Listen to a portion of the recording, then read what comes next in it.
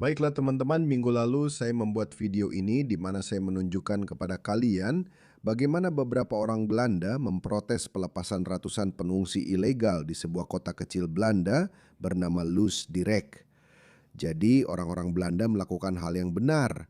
Mereka turun ke jalan. Hanya wanita-wanita Belanda biasa yang beradab. Mereka benar-benar wanita. Bukankah itu luar biasa?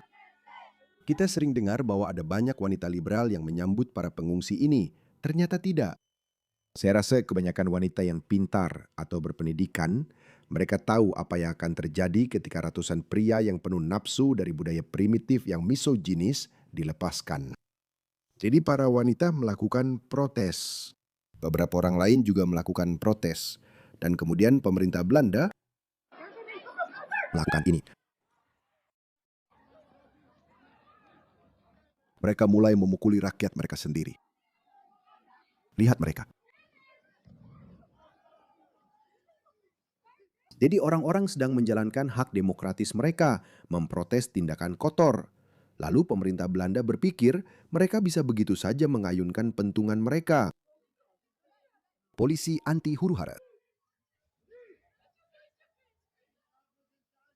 Di video terakhir saya tidak sengaja bilang polisi Denmark. Jelas, itu bukan polisi Denmark, saya salah bicara. Saya tahu itu polisi Belanda.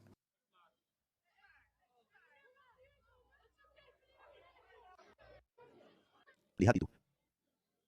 Orang-orang kembali, lihat mereka. Pada dasarnya orang-orang bangkit. Orang-orang kita sedang bangkit. Ya, mereka punya senjata, mereka punya pentungan, mereka punya anjing, mereka punya kuda, mereka punya kekuasaan.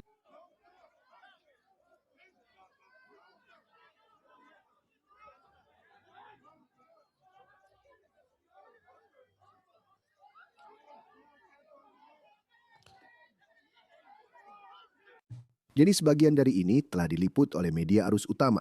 Jadi setelah kerusuhan dan protes itu, Loosdrecht mengurangi kapasitas penampungan pengungsi setelah kerusuhan. Pejabat dewan di Loosdrecht telah... Saya mungkin salah mengucapkan nama kota itu, tapi harap maklum. Loosdrecht telah memangkas kapasitas penampungan pencari suaka dari 110 tempat tidur menjadi 70 setelah beberapa malam terjadi protes yang disertai kekerasan di luar gedung tersebut. Jadi itu agak berhasil, tapi mereka tetap tidak menutupnya sepenuhnya. Mereka hanya menguranginya sebanyak 40 orang. Jadi dari yang sebelumnya 110 migran, sekarang mereka hanya menempatkan 70 migran di sana. Oke, tapi orang-orang masih belum puas. Lihatlah ini. Lokasi penampungan pencari suaka, Loosdrecht, yang direncanakan menjadi sasaran vandalisme.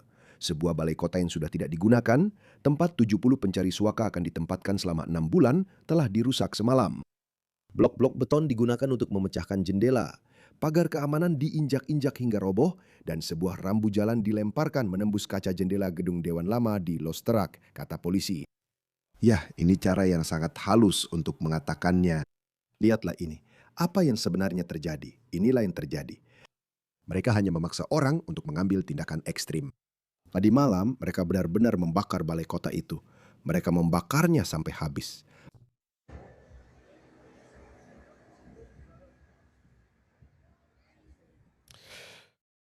Lihat itu. Lihat kemunduran masyarakat yang sangat makmur dan memiliki tingkat kepercayaan sosial yang tinggi ini. Lihat itu. Betapa cepatnya mereka menghancurkan negara mereka. Semua itu demi apa? Karena seorang politisi di Brussel membuat kebijakan bahwa, oh, kita tidak bisa mengusir mereka kembali, kita tidak bisa berbuat apa-apa. Maaf, mereka punya hak asasi manusia, kita punya ECHR. Bahkan Geert Wilders, saya jadi kecewa padanya.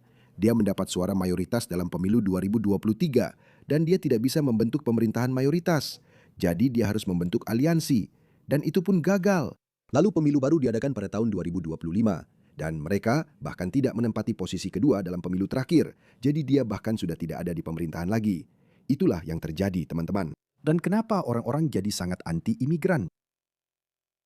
Cukup kunjungi playlist saya yang berjudul Migran. Kamu akan tahu jawabannya. Lihat ini, video ini baru dirilis beberapa minggu yang lalu. Saya tidak bisa memutar seluruh videonya untukmu. Saya akan sertakan tautannya di deskripsi. Lihat ini, seorang pelaku yang itu lagi menghantam seorang tunawisma Belanda yang sedang tidur memakai lempengan beton. Lihat ini, lihat pria malang itu. dia hanya sedang tidur di sana. Dia tidak melakukan apa-apa. Dan lihat pelaku yang itu lagi ini, dia langsung membanting benda itu ke kepalanya. Saya tidak tahu apa yang terjadi padanya, apakah dia selamat atau meninggal, saya tidak tahu. Lihat beberapa statistik ini. Perdana Menteri Denmark mengatakan apa adanya. Dia bilang mereka adalah anak-anak perempuan. Jadi mereka harus pergi. Dan kita tidak perlu menunggu amandemen yang diperlukan di ECHR. Lihat ini, lihat ini. Ini adalah beberapa statistik baru yang telah keluar. Sumbernya adalah Kantor PBB untuk Narkoba dan Kejahatan, UNODC. Lihat ini, Swedia, Britania Raya, dan Polandia. Di mana Polandia di situ? Oh, itu dia Polandia. Lihat jumlah pemerkosaan, hampir stabil sejak 2010. Bahkan sebenarnya menurun. Kenapa? Karena mereka menjaga masyarakat mereka tetap homogen. Orang-orang yang sama dengan identitas bersama, nilai-nilai bersama, sejarah yang sama. Dan ini adalah evolusi dari masyarakat mereka. Kasus pemerkosaan telah menurun. Dan ini juga yang saya perhatikan di Australia sampai baru-baru ini. Kekerasan dalam rumah tangga menurun. Penyalahgunaan alkohol juga menurun. Segalanya menurun karena masyarakat homogen cenderung berkembang. Tapi ketika Anda membawa orang-orang dari budaya lain yang punya perjalanan sendiri dan belum melakukan apapun untuk mengurangi misogini, homofobia, atau kekerasan sektarian agama, bagaimana Anda bisa membawa mereka masuk dan berharap mereka akan berintegrasi dalam semalam? Bukankah itu lucu? Smart Traveler itu atau badan pemerintah yang memberi Anda saran apakah Anda sebaiknya bepergian ke negara tertentu atau tidak, semua negara ini, Afghanistan, Suriah, Libya, Pakistan, Bangladesh, semua negara ini, kelompok penasihat perjalanan pemerintah kita sendiri mengatakan, berhati-hatilah, jangan pergi ke sana. Tapi kemudian mereka akan membawa orang-orang dari negara-negara yang sama itu ke sini. Bagaimana itu masuk akal?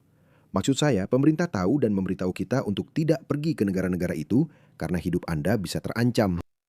Tapi di saat yang sama, pemerintah membawa orang-orang itu dan membebaskan mereka di masyarakat kita. Bagaimana itu masuk akal? Dan lihat statistik lain yang baru saja keluar ini. Coba lihat ini.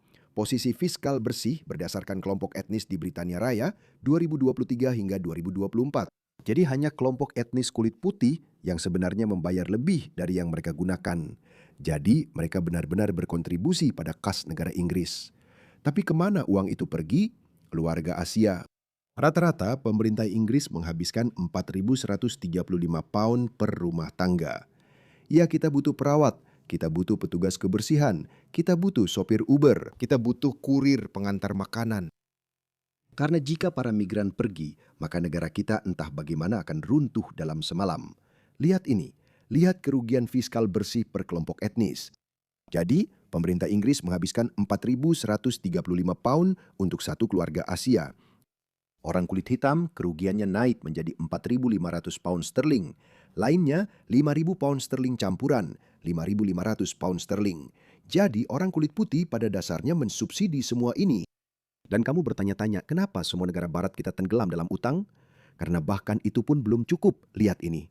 Hanya membayar dolar 1.400, hitung-hitungannya tidak masuk akal. Apa ini?